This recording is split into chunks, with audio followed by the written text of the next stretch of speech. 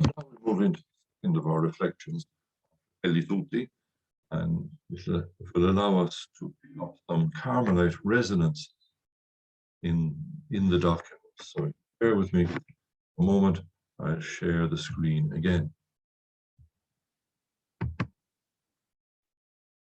We've got that part, so on we go.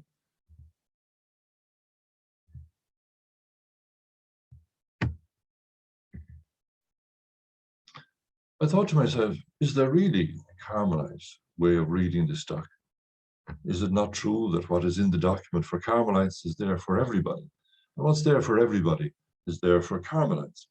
However, it seems to me there is a Carmelite way of reading the document. There are different aspects of the document that resonate in a particular way with the Carmelite tradition. So I've picked on 4 possible resonances. The place of God, the dignity of the human person, building fraternity, and then those 4 words that are very much part of any understanding of Carmelite spirituality: communication, silence, dialogue, and encounter. These are all concepts that Francis uses, but we might resonate with them in a particular way. So first of all, the place of God. And that it's a document written for everybody, believers and non-believers. Yet Francis wants to place God at the heart of this document without spending pages and pages talking about it. But you can see that his understanding is of a world where God is present and has to be recognized as being present. So think of Elijah, our God lives, we stand in his presence. It's also a question of the gospel. Gospel is good news for our society, such that if the gospel is missing, then we are missing a melody, a wisdom, a way of life, an approach to reality, and to help us. And so Francis says that if the music of the gospel ceases to sound in our homes, our public squares, our workplace, our political and financial life, then we will no longer hear the strains that challenge us to defend the dignity of every man and woman. So it's because of our gospel wisdom and our gospel sensitivities. This is something we bring to society. And because we bring it to society, it becomes part of society. And if we don't, then our society is all the poorer. It's this kind of desensitized human conscience, a distancing from religious values and the prevailing individuals, accompanied by materialistic philosophy, deify the human person. He would say that's our problem. Taking God out of our normal affairs and then allowing ourselves to honor the human person as just the human person, without the human person connection to God. He's able to say to us, sincere and humble worship of God bears fruit, not in discrimination, hatred, and violence, but in respect for the sacredness of life, respect for the dignity and freedom of others, and loving commitment to the welfare of all. Now that's a nice description of what we as Carmelites do. It is through our worship, our prayer, that we come to an understanding of life that brings everything together, the full dignity of the human person. That's because of our very clear and essential relationship. And so, he helps us to understand this even more. Faith has untold power to inspire and sustain our respect for others. Believers come to know that God loves every man and woman with infinite love, and therefore confers infinite dignity upon all humanity. So we likewise believe that Christ shed his blood for each of us, that no one is beyond the scope of is eternal love.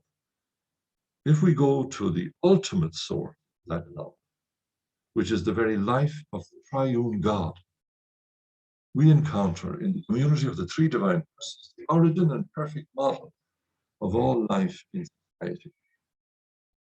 So we can look at our own experience, we can look at what's in our rule, we can look at Elizabeth of the Trinity, we can look at Mary Magdalene de Pazzi, and find there this very alive experience of our connection with the Trinity. That is what lies at the heart of the dignity of the human person. Now, I've put very little in here on the dignity of the human person, but the word appears very often in the document. But Francis concentrates not so much on the dignity coming from our being created image and likeness of God, but the dignity that is the dignity of every human person that has to be respected. How we respect one another's dignity is how we're going to build fraternity. No one will ever openly deny that people like migrants or minority people are human beings. In practice, by our decision, the way we treat them can show that we consider them less worthy, less important, less human. For Christians, this way of thinking and acting is unacceptable, since it sets certain political preferences above deep conviction of our faith. The inalienable dignity of each human person, regardless of origin, race, or religion, and the supreme law of eternal love.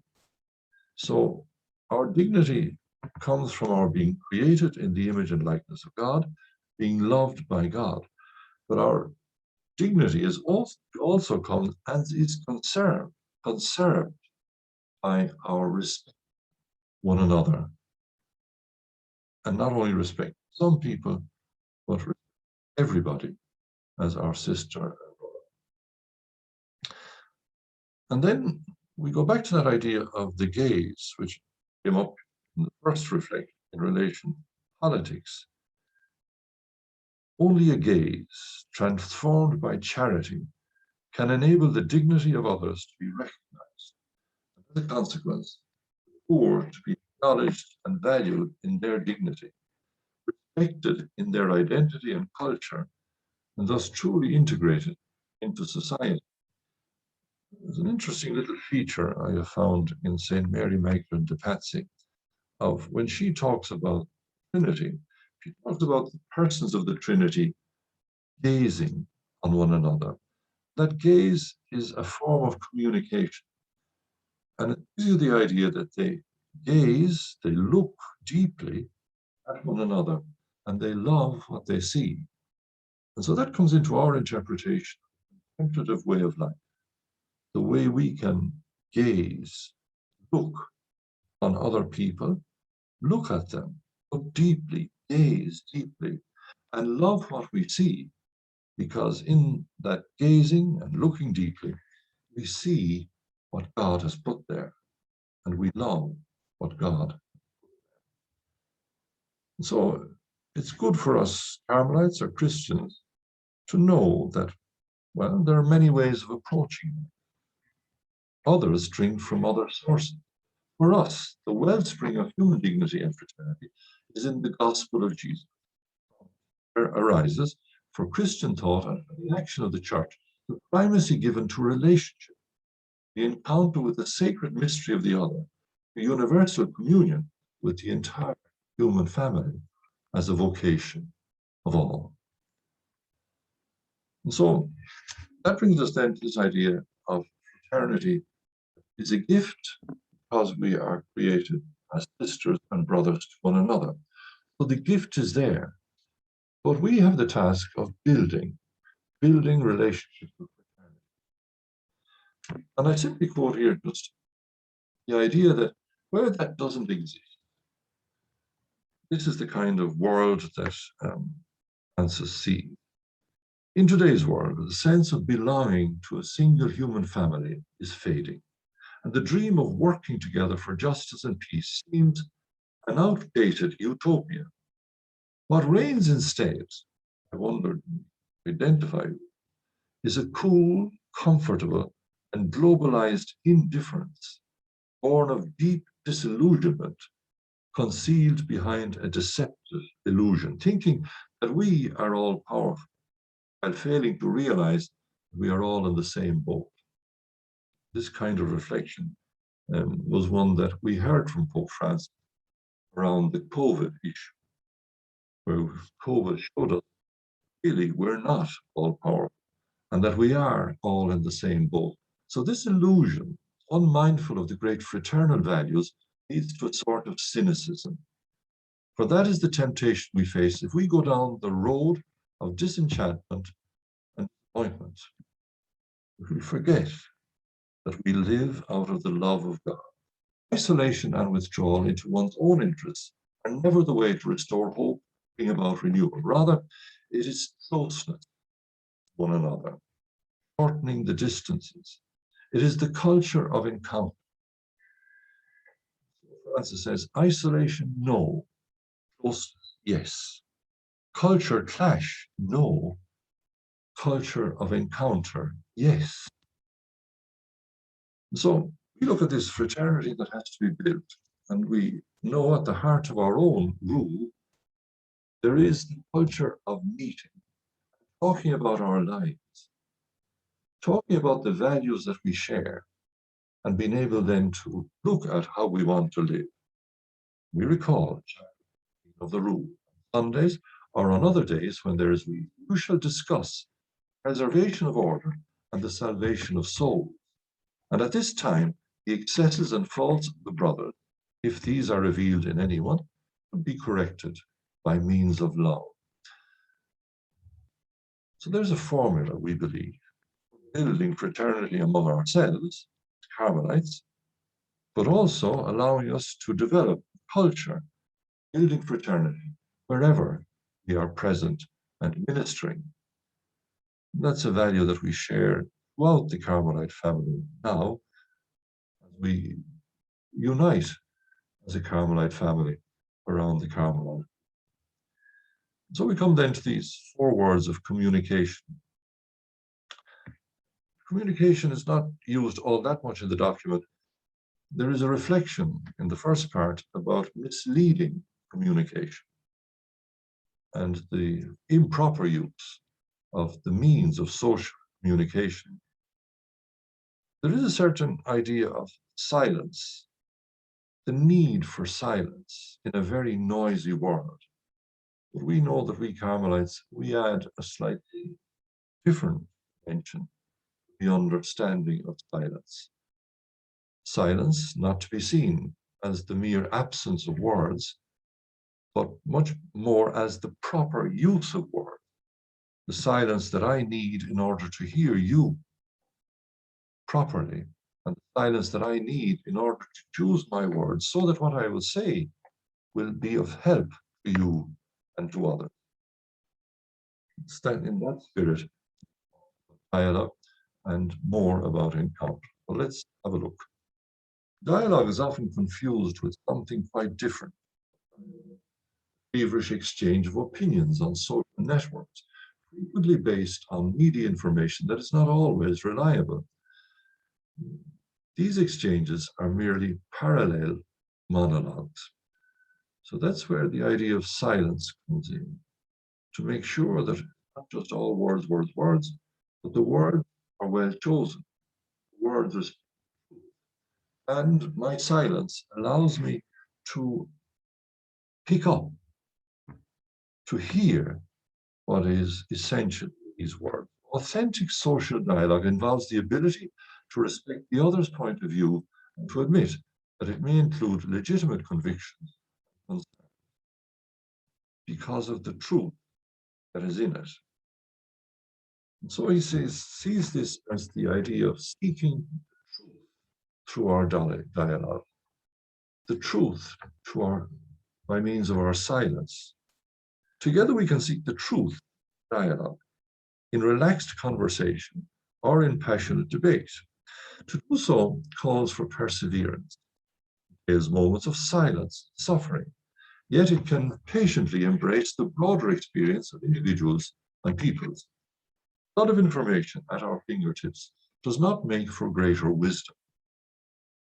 A lot of wisdom is not born of quick searches on the internet, nor is it a mass of unverified data. This is not the way to mature in the encounter with.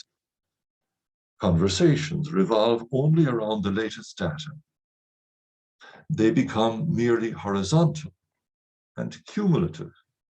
We fail to keep our attention focused, penetrate to the heart of matter, recognize what is essential to give meaning to our lives. Freedom thus becomes an illusion that we are peddled, easily confused with the ability to navigate the internet.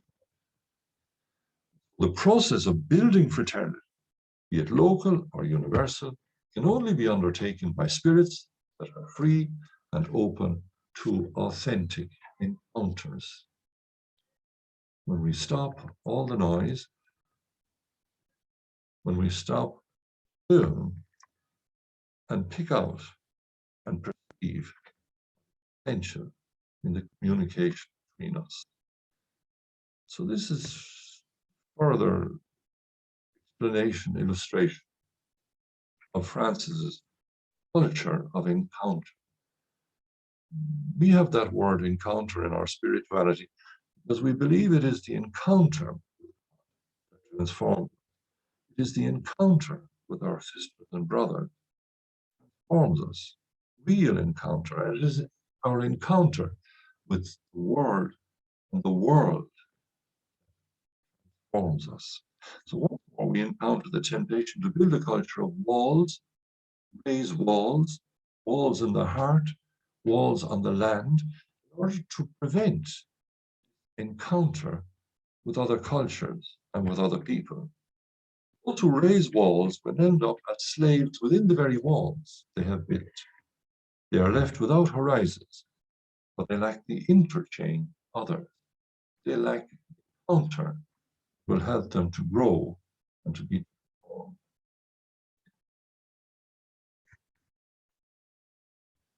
This brings me back then after those 4 words of communication, real communication. Communication that we can see in our prayer, communication that we can see in our contemplation, communication that we can see in our liturgy, communication that we can see in our fraternal conversations. Communication, dialogue, and silence. I want to finish the reflection by going back to the 2nd chapter on Samaritan. So this chapter is given to us as something that explains encounter, the willingness of the Good Samaritan not to pass, but to allow himself to encounter the injured man. And then he introduces the innkeeper to another encounter.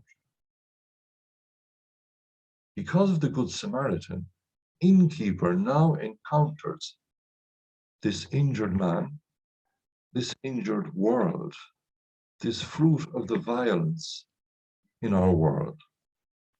And in one of the interpretations of the Carmelite rule, when we get to the last chapter, and the rule, the Carmelite rule, speaks about what is prescribed in the rule, and then doing something more. The interpretation given by what I call the Dutch school, Eeswijnen, that's saying something about the parable of the Good Samaritan. The idea that we are given a world that is injured, a world against which there has been violence. And we are the innkeeper in the story, we Carmelites. We take on that world, and we understand it in terms of a world given to us by God. And the more that the text refers is not just doing more and more things. it's opening ourselves out to the more that God will reveal to us through our communication with God, in contemplation, prayer, and in conversation with the world. So in that story and in the encyclical, Pope Francis asks us the question, with which of the figures in the story do you most identify yourself? And of course, this parable is so rich that in our prayer and our meditation, sometimes we'll identify with the Good Samaritan. Sometimes we'll identify with the priest and the Levite. Sometimes we'll identify ourselves, the victim. But there is this little suggestion in the story. The Carmelite is the innkeeper. So the Good Samaritan gives us the encounter with the injured brother as part of our life. The innkeeper's encounter with the two men who arrived, and the openness to the encounter that will take place if we are open to whatever God wants to reveal to us. So that brings us close to the end. Mary does not appear all that often in the document, but towards the end, Francis reminds us of Mary being the mother of all. We return to the idea that we are all sisters and brothers to one another. We are all children of the one Father, and all of us have Mary as our mother. For many Christians, Pope says, this journey of fraternity also has a mother, whose name is Mary. Having received this universal motherhood at the foot of the cross, she cares not only for Jesus, but also for the rest of her children. In the power of the risen Lord, she wants to give birth to a new world where all of us are brothers and sisters, where there is room for all those whom our society regards, where justice and peace are restored. Really, there we strike one of the main concerns of Francis. The number of men and women who are discarded. The number of men and women against whom violence of different kinds committed. Mary is for all of us, our one mother, caring for all of us as her children. So thank you for this time we've had together, and I wish you all God's blessing in abundance and the love and care of our Blessed Mother. Thank you.